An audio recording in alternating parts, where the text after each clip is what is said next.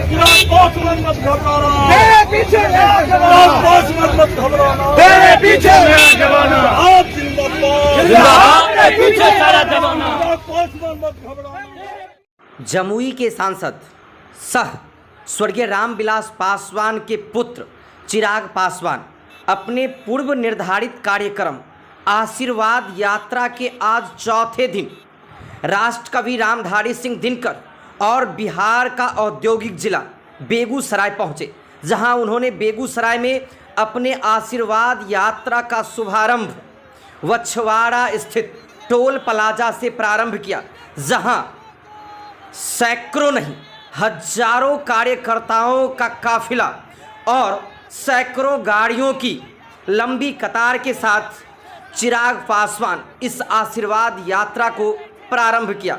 हालांकि उनके साथ प्रशासनिक सुरक्षा और उनका निजी गार्ड ये सभी पूर्ण रूप से चुस्त दुरुस्त दिखी। वहीं स्थानीय प्रशासन भी सुरक्षा के मद्देनजर काफ़ी सख्त एवं कठोर सुरक्षात्मक दृष्टिकोण में है। वहीं लोग जगह जगह पर चिराग पासवान को रोककर उन्हें पुष्पमाला से सम्मानित कर रहे हैं और शब्दों की गुंजायमान ध्वनि से उनका मनोबल बढ़ा रहे हैं। हालांकि कई जगहों पर लोगों ने तो बिल्कुल हाथ पकड़ के इतना भी कहा कि गूंजे धरती आसमान और अब रामविलास नहीं चिराग पासवान। ये अमूमन सी बात है कि कभी वो ज़माना हुआ करता था जब रामविलास पासवान अपने संसदीय क्षेत्र में होते थे तो वहाँ की जनता उन्हें सबसे पहला यही शब्द कहता था कि गूंजे धरती आसमान रामविलास पासवान।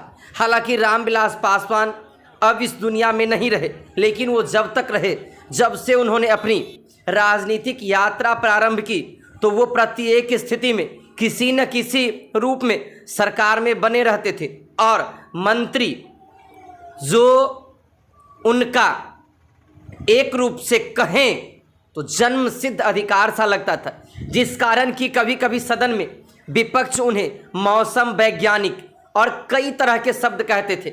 लेकिन आज जिस रूप से पिछले कुछ दिनों में लोक जनशक्ति पार्टी में अपने ही घर में खलल मची, दरारें पड़ी, तो दो गुट सामने आया, जहां एक तरफ अकेला अभिमन्यु जैसा चिराग पासवान तो वहीं दूसरी तरफ पशुपतिनाथ पारस। हालांकि हम कहें तो चिराग पासवान को एक झटका कल यानी मंगलवार को भी लगा होगा, जब केंद्रीय मंत्रिमंडल के बैठक की आहट हुई और फिर बुधवार के शाम में भारत के राष्ट्रपति ने उनके चाचा और अपने आप को लोजपा नेता कहने वाले पशुपतिनाथ पारस को मंत्री बनाया, वो भी केंद्रीय मंत्री का दर्जा। लेकिन फिर भी चिराग पासवान के ऊपर तनिक भी शिकन नहीं है।